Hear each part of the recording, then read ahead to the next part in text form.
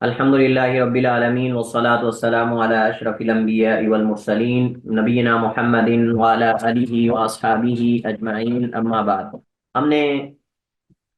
حضرت ابو ہریرہ رضی اللہ تعالی عنہ کی حدیث ہم نے اس سے کل آغاز کیا تھا، اور اس حدیث کا ایک دوسرا حصہ جو کہ عبداللہ ابن عباس رضی اللہ تعالی عنہما سے مروی ہے،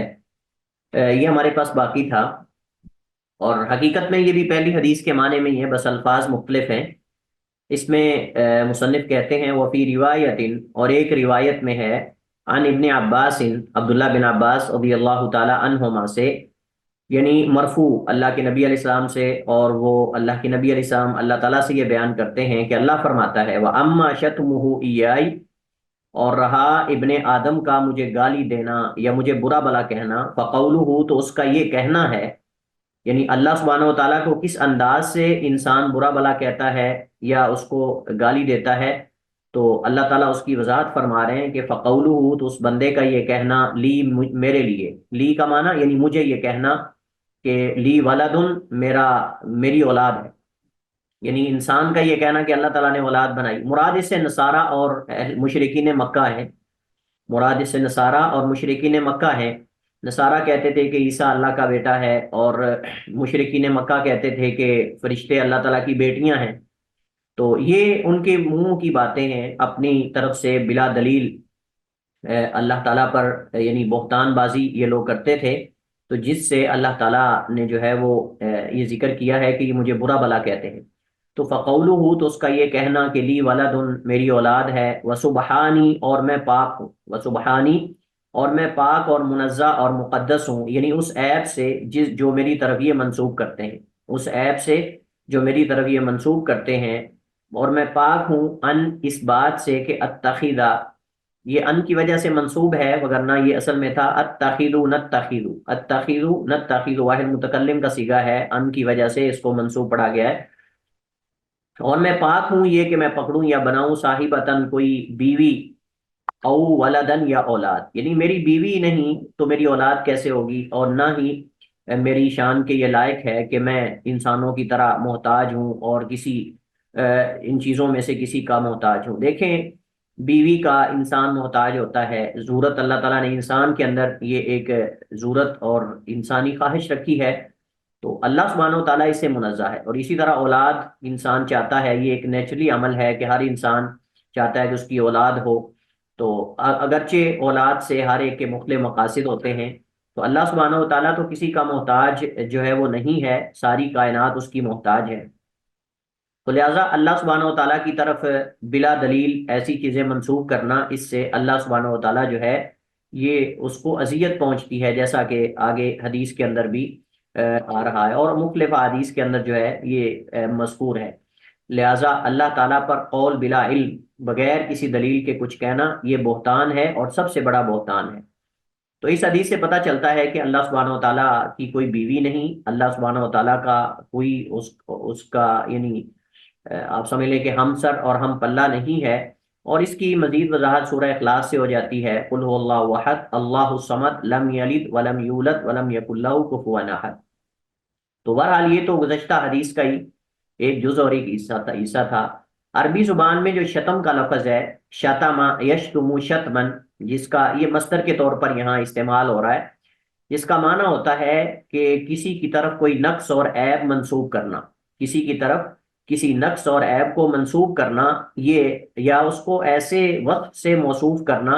جس میں اس کے لیے کوئی نقص یا عیب ہو، جس میں اس کے لیے کوئی نقص یا عیب ہو، تو یہ عربی زبان میں شتم کا لفظ اس کے لیے بولا جاتا ہے، اور یہ مصدر کے طور پر یہاں استعمال ہو رہا ہے۔ اگلی حدیث پڑھیں، کون پڑھے گا آپ میں سے؟ مریم آپ پڑھیں۔ جی میں پڑھتی ہوں۔ وعن نبی ہریرہ تھا، جی وعن ابی ہریرہ قال قال رسول اللہ صلی اللہ علیہ وسلم قال اللہ تعالی یوزینی ابن آدم یسب الدہر وانا الدہر بید الامر اقلب اقلب اللیل والنہار۔ متفق علیہ، احسن۔ اچھا، پچھلی جو حدیث ہے عبداللہ بن عباس رضی اللہ تعالیٰ عنہما کی، اس حوالے سے وضاحت وہ یہ ہے کہ جب حدیث کے الفاظ سیم ہوں یا قریب قریب ہوں اور راوی بدل جائے، صحابی بدل جائے، تو اس کو کہتے ہیں کہ یہ حدیث فلاں حدیث کی شاہد ہے، یعنی اس کو شاہد کہتے ہیں۔ اگر حدیث کے الفاظ قریب قریب ہوں، صحابی مختلف ہو، تو یہ شاہد ہوتی ہے۔ اور اگر صحابی ایک ہو لیکن نیچے کوئی راوی بدل جائے تو اس کو تابع کہتے ہیں، تابع یا متابعات میں سے اسے شمار کیا جاتا ہے۔ عبداللہ بن عباس کی حدیث پچھلی حدیث حضرت ابو ہریرہ کی حدیث کی شاہد ہے، ٹھیک ہے۔ اگلی حدیث ہے، یہ بھی ایک باطل عقیدہ، باطل نظریہ جہلیت کے اندر جو لوگوں کے اندر پایا جاتا تھا، اس کے رد میں ہے۔ اور اس میں زمانے کو برا بلا کہنا، ہوا کو برا بلا کہنا، بارش کو برا بلا کہنا، اللہ تعالیٰ کی مخلوقات میں سے جو اللہ کے حکم کے تابع ہیں ان میں سے کسی کو برا بلا کہنا، اس کی حرمت کے بارے میں یہ حدیث جو ہے وہ وارد ہوئی ہے۔ حضرت ابو ہریرہ رضی اللہ تعالی عنہ روایت کرتے ہیں، فرماتے ہیں قال رسول اللہ صلی اللہ علیہ وسلم، نبی علیہ الصلوۃ والسلام نے فرمایا، قال اللہ تعالی، یہ بھی حدیث قدسی ہے، اللہ تعالیٰ فرماتا ہے، یؤذینی، آذا یؤذی کا معنی ہوتا ہے کسی کو اذیت پہنچانا، کسی کو تکلیف پہنچانا۔ ضروری نہیں کہ تکلیف کے اندر کسی کا نقصان بھی ہو، لیکن اذیت اور تکلیف ضرور ہوتی ہے۔ بسا اوقات تکلیف اور اذیت کے ساتھ ضرر بھی ہوتا ہے، نقصان بھی ہوتا ہے، اور بسا اوقات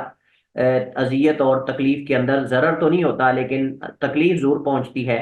تو اللہ سبحانہ و تعالیٰ کو ضرر کوئی نہیں، نقصان کوئی نہیں پہنچا سکتا۔ اللہ سبحانہ و تعالیٰ کی ذات کو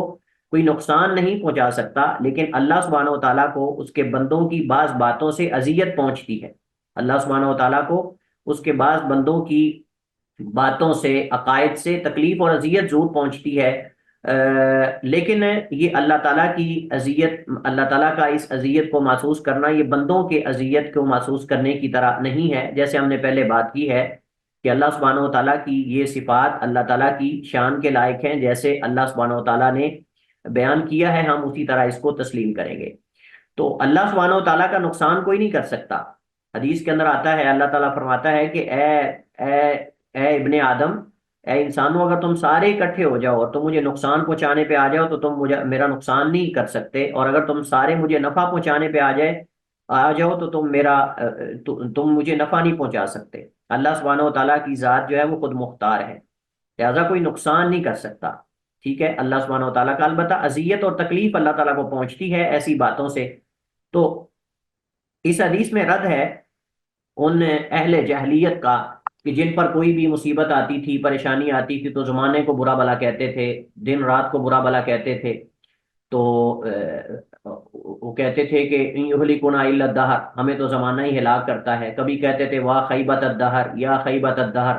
ہائے زمانے کی بدبختی، ہائے زمانے کا برا ہونا، ہائے زمانہ ہلاک ہو جائے، ہائے زمانے کو کیا ہو گیا۔ اس طرح کے آپ شعراء کی شاعری کے اندر بھی، عرب جو شعراء ہیں ان کی شاعری کے اندر بھی آپ دیکھیں گے کہ وہ زمانے کو برا بلا کہتے نظر آتے ہیں، زمانے کو کوستا نظر آتے ہیں۔ تو یہ جائز نہیں ہے، کیونکہ زمانہ تو اللہ تعالیٰ کے تابع ہے نا، اللہ تعالیٰ کے حکم کے تابع ہے۔ تو جو چیز اللہ تعالیٰ کے حکم کے تابع ہے وہ اللہ کی مخالفت نہیں کر سکتی، تو اس کو برا بلا کہنا حقیقت میں اللہ تعالیٰ کو برا بلا کہنا ہے۔ تو اللہ تعالیٰ فرماتا ہے یؤذینی ابن آدم، ابن آدم مجھے اذیت پہنچاتا ہے۔ یسب الدہر، آگے اس کی تفسیر اور وضاحت ہے کہ کیسے۔ یسب الدہر، وہ زمانے کو برا بلا کہتا ہے، وَأَنَا الدَّهْرُ، اور میں ہی زمانہ ہوں، یعنی زمانے کا خالق ہوں۔ در حقیقت میں ہی زمانہ ہوں، چونکہ اللہ تعالیٰ زمانے کا خالق اور اس کا مدبر اور اس کو چلانے والا ہے، تو اس وجہ سے اللہ تعالیٰ فرماتا ہے وَأَنَا الدَّهْرُ، اور میں ہی زمانہ یعنی خالق الدہر۔ علماء کہتے ہیں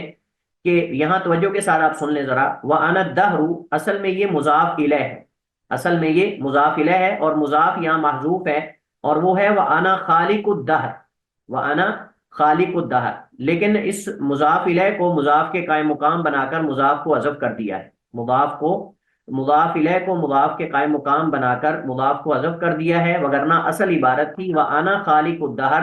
اور میں زمانے کا خالق ہوں، وَأَنَا خالق الدہر، اور میں ہی زمانے کا خالق، اس کا مدبر اور اس کا مصرف ہوں۔ لہٰذا زمانے کو برا بلا کہنا حقیقت میں اس کے مدبر اور اس کے مصرف کو، اس کے چلانے والے کو برا بلا کہنا ہے۔ بعض علماء نے لا علمی کے اندر ہم کہہ سکتے ہیں یا اجتہاد کے اندر انہوں نے اس حدیث کو صحیح سمجھا نہیں، اور انہوں نے اللہ تعالیٰ کو الدہر کہہ دیا کہ اللہ کے ناموں میں سے ایک نام الدہر ہے،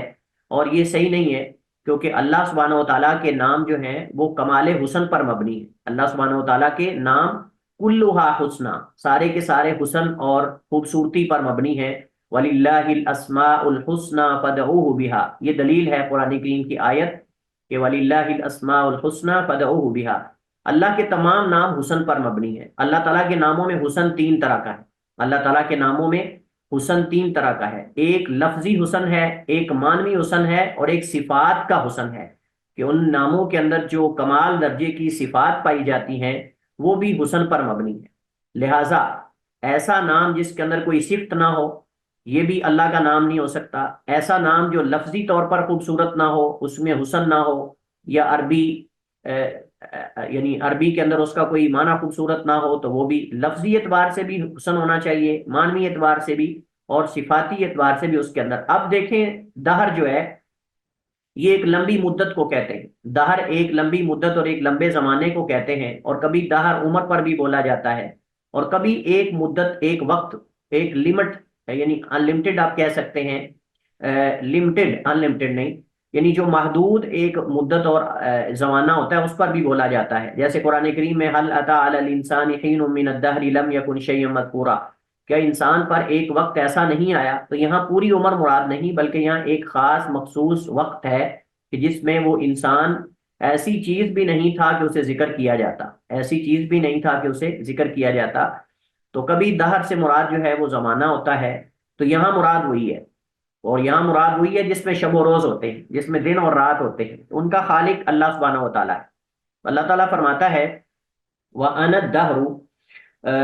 تو پہلے دہر سے مراد زمانہ ہے، یسب الدہر یعنی وہ زمانے کو برا بلا کہتا ہے، تو پہلے سے مراد زمانہ ہے، اور دوسرے دہر سے مراد صاحب زمانہ ہے۔ یہ بات فرق آپ ذہن میں رکھ لیں، یسب الدہر کے اندر جو دہر ہے اس سے مراد زمانہ جو شب و روز پر مشتمل ہوتا ہے، وَأَنَا الدَّهْرُ اس سے مراد صاحب الدہر ہے، اس سے مراد صاحب الدہر یا صاحب الزمان ہے، یعنی اللہ سبحانہ و تعالیٰ جو کہ صاحب الدہر، مدبر اور مصرف ہے، ٹھیک ہے۔ بید الامر میرے ہی ہاتھ میں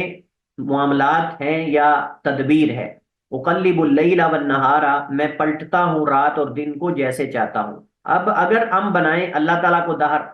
تو اللہ تعالیٰ دہر اگر ہے تو وہ دہر کو کیسے لپیٹتا ہے، کیسے پلٹتا ہے؟ یہ تو نعوذ باللہ،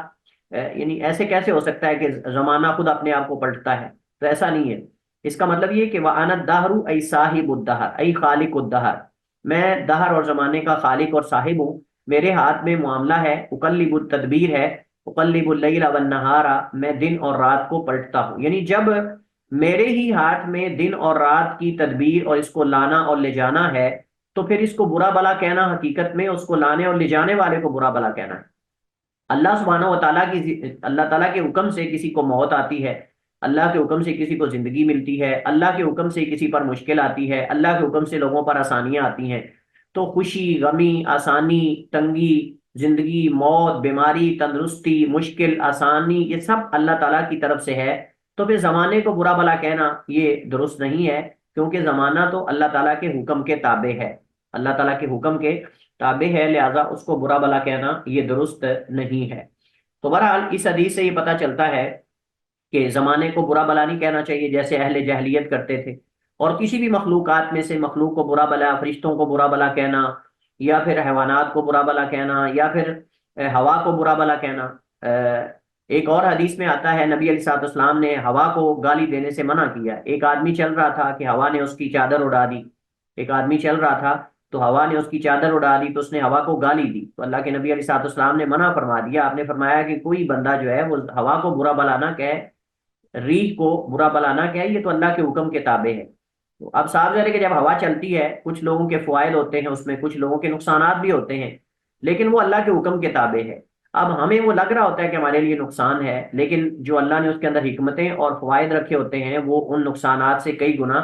زیادہ ہوتے ہیں۔ اللہ سبحانہ و تعالیٰ ہوا کو چاہے تو رحمت بنا دے، اللہ تعالیٰ چاہے تو ہوا کو تیز کر کے عذاب کا ذریعہ بنا دے۔ اللہ نے کئی قوموں پر آندھی اور طوفان بھیجا، اور کئی لوگوں کے لیے اللہ نے ہوا کو رحمت اور جو ہے وہ شفقت بنا کر بھیجا، جیسے کہ بعض غزوات کے اندر بارش کے ساتھ ہوا چلتی تھی۔ اور اسی طرح اللہ سبحانہ و تعالیٰ کبھی اس ہوا کے ذریعے اپنے مومن بندوں کی مدد بھی کرتا ہے، جیسے غزوہ خندق کے اندر ہوا، کہ تیز ہوا چلی، آندھی، ان کے خیمے اڑ گئے۔ تو بہرحال کئی جنگوں کے اندر مسلمانوں کو ہوا کا فائدہ بھی ہوا۔ تو بہرحال یہ اللہ تعالیٰ کی مخلوق ہے۔ وما یعلم جنود ربک الا ہو، اور تیرے رب کے لشکر اس کے علاوہ کوئی نہیں جانتا۔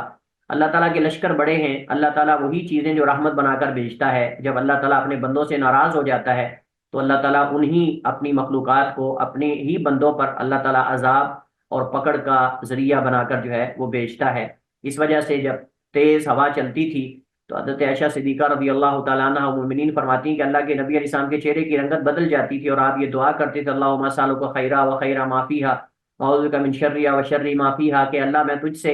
اس کی خیر اور جو اس میں خیر ہے اس کا سوال کرتا ہوں، اور اس کی شر اور جو اس میں وخیر ما ارسلت به، اور جس خیر کے ساتھ یہ بھیجی گئی ہے وہ خیر تجھ سے مانگتا ہوں، اس کا سوال کرتا ہوں، اور اس شر اور جس شر کے ساتھ یہ بھیجی گئی ہے اللہ اس سے بھی میں پناہ مانگتا ہوں۔ اللہ کے نبی علیہ السلام یہ دعا فرماتے تھے۔ تو کوئی پتہ نہیں ہے کہ بظاہر جو ہمیں رحمت لگ رہی ہے وہ کہیں اللہ تعالیٰ کے غصے اور ناراضگی سے ہمارے اوپر عذاب کا ذریعہ نہ بن جائے۔ تو یہاں کتاب الایمان میں اس کو ذکر کرنے کا مقصد یہ ہے کہ مخلوقات کو برا بلا کہنا، زمانے کو برا بلا کہنا، یہ ایمان کے منافی ہے، اور یہ ایمان میں نقص پیدا کرتا ہے۔ اس سے بسا اوقات انسان کا ایمان چلا جاتا ہے اور بسا اوقات ایمان میں نقص پیدا ہوتا ہے۔ لہٰذا ایسے جملے، ایسے الفاظ کہنے سے بچنا چاہیے جن سے اللہ تعالیٰ ناراض ہوتا ہو اور اللہ تعالیٰ کو اذیت پہنچتی ہو۔ تو اس حدیث سے ہمیں جو ہے وہ کئی ایک فوائد جو ہے وہ حاصل ہوتے ہیں۔ سب سے پہلا فائدہ تو یہ ہے کہ اللہ سبحانہ و تعالیٰ جو ہے وہ اس کو اذیت، یعنی اللہ سبحانہ و تعالیٰ کی صفت اذیت بھی، یعنی اس کو اذیت پہنچتی ہے لیکن اس کا کوئی نقصان نہیں کر سکتا، اور ضرر نہیں کر سکتا اللہ سبحانہ و تعالیٰ کا۔ اور اسی طرح زمانے کو برا بلا نہیں کہنا چاہیے۔ اللہ تعالیٰ صاحب زمان اور خالق الدہر اور خالق الزمان ہے۔ چلیے جی اگلی حدیث کی طرف منتقل ہوتے ہیں۔ وعن نبی موسیٰ، پڑھیں حدیث، کون پڑھے گا؟ میں پڑھوں جی؟ پڑھیں بسم اللہ، تاخیر نہ کیا کریں، جلدی جلدی پڑھیں حدیث۔ وعن ابی موسیٰ الاشعری قال قال رسول الله صلى الله عليه وسلم ما أحد أصبر على أذى يسمعه من الله يدعون له الولد ثم يعافيهم ويرزقهم متفق عليه۔ اچھا، پچھلی حدیث میں ایک اور فائدہ بھی ہمیں ملتا ہے کہ ہمیں کوئی بھی کسی قسم کا ہمیں خیر ملے یا شر ہو، اس کی نسبت ہمیں زمانے کی طرف نہیں کرنی چاہیے۔ خیر حاصل ہو تو اللہ تعالیٰ کی طرف اسے منسوب کرنا چاہیے، اور اگر شر حاصل ہو تو ہم کہیں گے اللہ کی طرف سے مقدر ہے، لیکن اس کا سبب ہمارے اعمال ہو سکتے ہیں، یا آزمائش ہو سکتی ہے، یا کچھ بھی ہو سکتا ہے۔ وعن ابی موسیٰ الاشعری، ابو موسیٰ اشعری رضی اللہ تعالی عنہ سے روایت ہے، اور ان کا تعارف پیچھے 11 نمبر حدیث کے تحت ہم پڑھ چکے ہیں۔ وہ بیان کرتے ہیں کہ رسول کریم علیہ الصلوۃ والسلام نے فرمایا ما احد اصبر، نہیں ہے کوئی ایک زیادہ صبر کرنے والا، یہ افعل و تفضیل کے وزن پر ہے جس میں مبالغہ ہوتا ہے، یعنی بہت زیادہ صبر کرنے والا کوئی نہیں، علی اذن، تکلیف پر، یا اس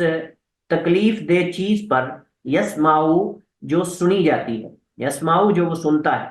من اللہ اللہ سے بڑھ کر، یعنی مراد اس سے یہ ہے کہ ناگوار باتوں کو سن کر اللہ سے بڑھ کر کوئی صبر کرنے والا نہیں۔ کیونکہ یہاں اذن جو ہے، اذن یہ یا تو مصدر ہے،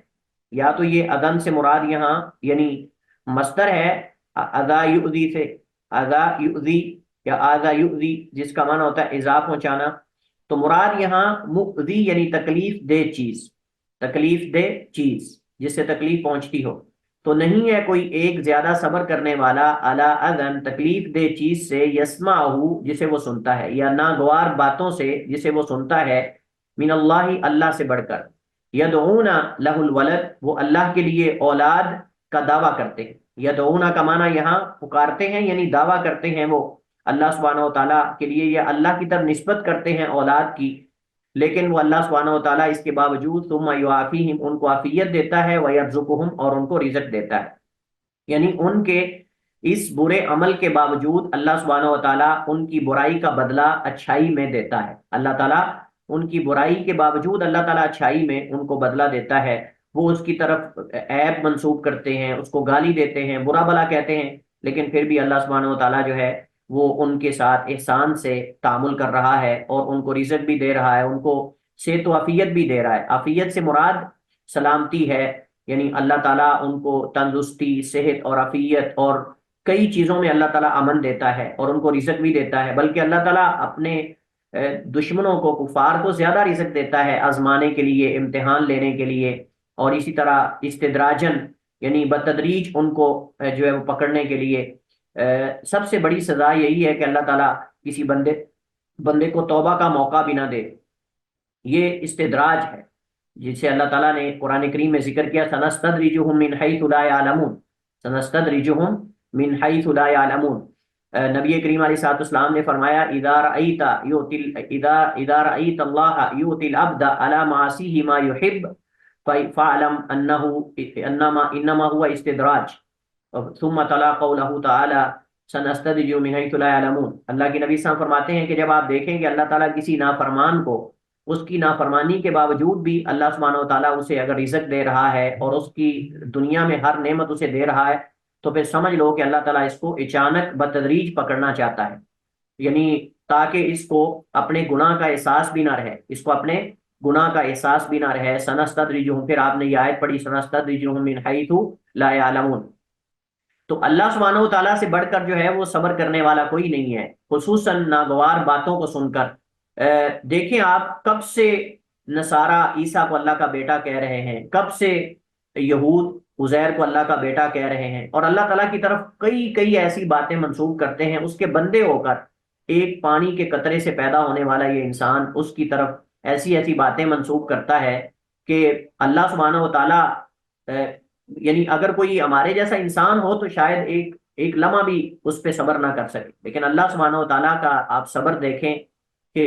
کب سے یہ یہود اللہ کا بیٹا اور اس پہ کرسمس ڈے مناتے ہیں باقاعدہ، اللہ تعالیٰ کی ولادت، اللہ تعالیٰ کے بیٹے کی ولادت کی خوشی کے اندر، یعنی ان کا تو عقیدہ یہی ہے نا کہ اللہ تعالیٰ کے بیٹے کی نعوذ باللہ ولادت ہوئی،